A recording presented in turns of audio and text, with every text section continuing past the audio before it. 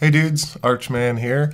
I'm going to do a little ukulele lesson here online for a couple of friends, one in particular, and it's going to be stuff that it's actually been requested for me to teach. So this is totally beginner, all right? This is where I'm starting off from never touched an instrument before.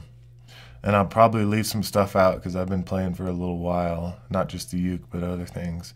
So the first thing you're going to do is when I ask you to pause the video, go ahead and pause it because I'll have asked you to do something before that and practice something before that, and it's important that you get down what I've asked you to do before you continue on. All right, so that's going to be important.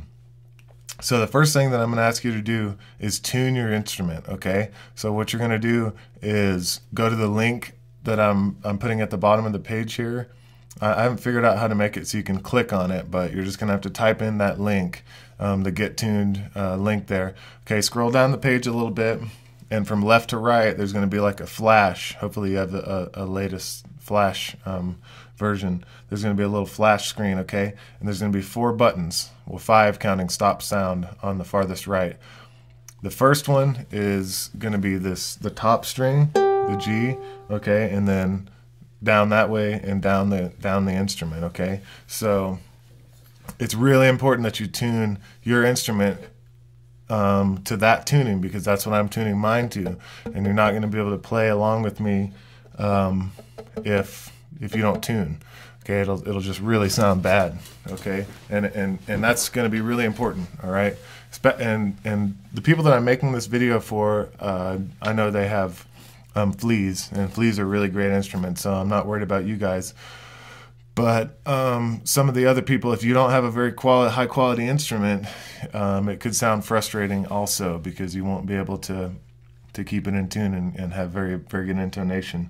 So hopefully you have a decent instrument and you can tune your instrument as such on the page. So what you're listening for when you do this tune, when you're tuning on that website there that I put down, what you're going to do is make the string sound, by turning the string sharp and flat, higher and lower pitched. Try to make it sound exactly like the one that's playing on the little flash player there, and it's going to sound just like this.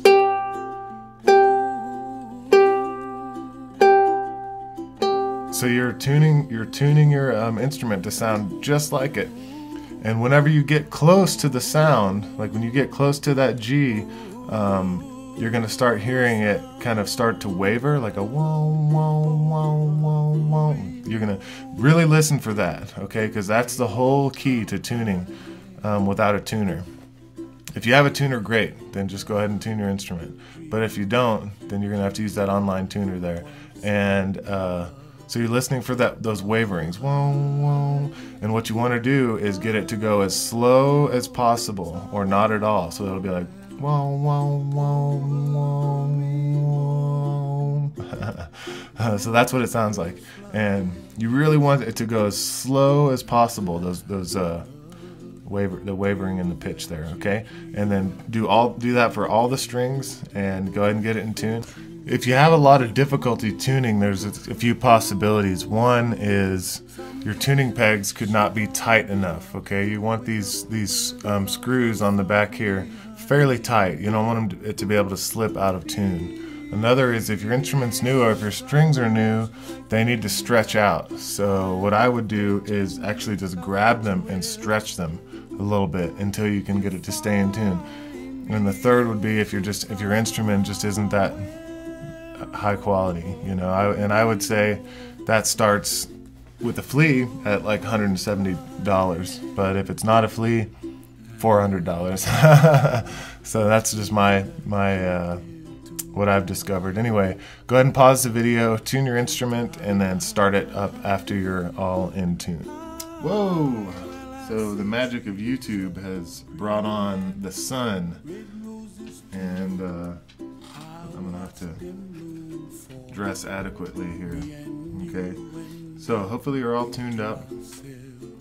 I'm gonna be a real bugger about tuning because it's very important, and I know, like, especially people that are beginners don't really understand it. They're just like, man, I want to play, but I just ate some split pea soup too, and it's spicy. So, so yeah, you're going to tune over and over, okay? And when I ask you to tune, it's going to be important, all right? Especially if your instrument's new or your strings are new, all right? Or if you don't play very often, all right? So that's very, very important.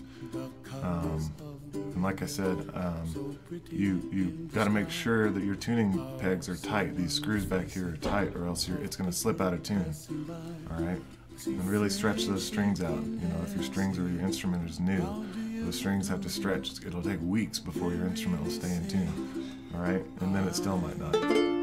So, tuning is very important, all right? And even though you've tuned now, we're going to talk about a few other things. I'm kind of getting ahead of myself.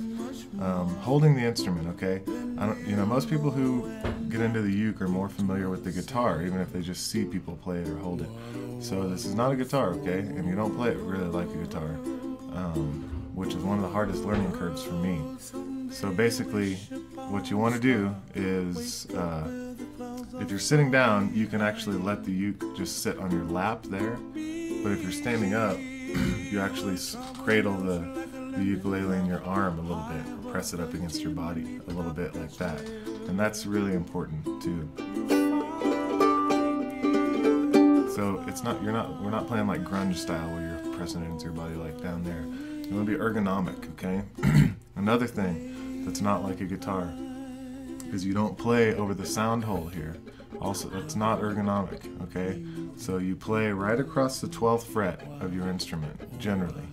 You know, if you're playing like a concert uke, you might be playing across the 14th fret or something like that.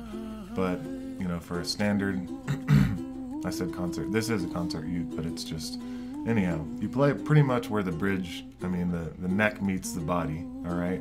You just really want it to be ergonomic, okay? So that's going to be important. And then your left hand or your fretting hand is constantly supporting the neck, okay? Because it just kind of wants to flop around. So generally, I support the neck on my index finger somewhere like that, or even in the crook of my thumb here.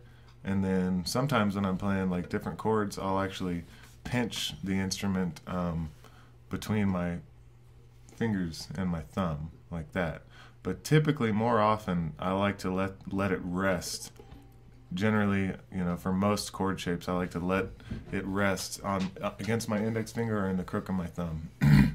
So that's going to be very important. All right. Next really important thing is rhythm, okay, obviously. And if you don't have rhythm, then nothing's going to sound good. You can learn 20 chords, but if you don't play them in rhythm with time, you know, it's not going to sound good, okay? So one chord sounds really good if you play it in time. 10 chords, you know, and the most elaborate stuff ever sounds awful if you don't play it in time. So what I'm going to do now is I'm going to stop the video after this little take here and go into the next video. But for now, you're going to go to the link that I'm posting at the bottom of the page here, and at this link you'll find chord charts, all right? And these chord charts are going to be really helpful for you. And the reason I'm recommending these is because they're actually like JPEGs. You can copy and paste them to your computer and keep them, okay? So go ahead and take those and start working on the C and strumming in time, and that's what we're going to work on next, is the C chord, okay? And that's just going to be with pushing one string down, the 3rd fret, the bottom string here, the A. Okay, so practice the C.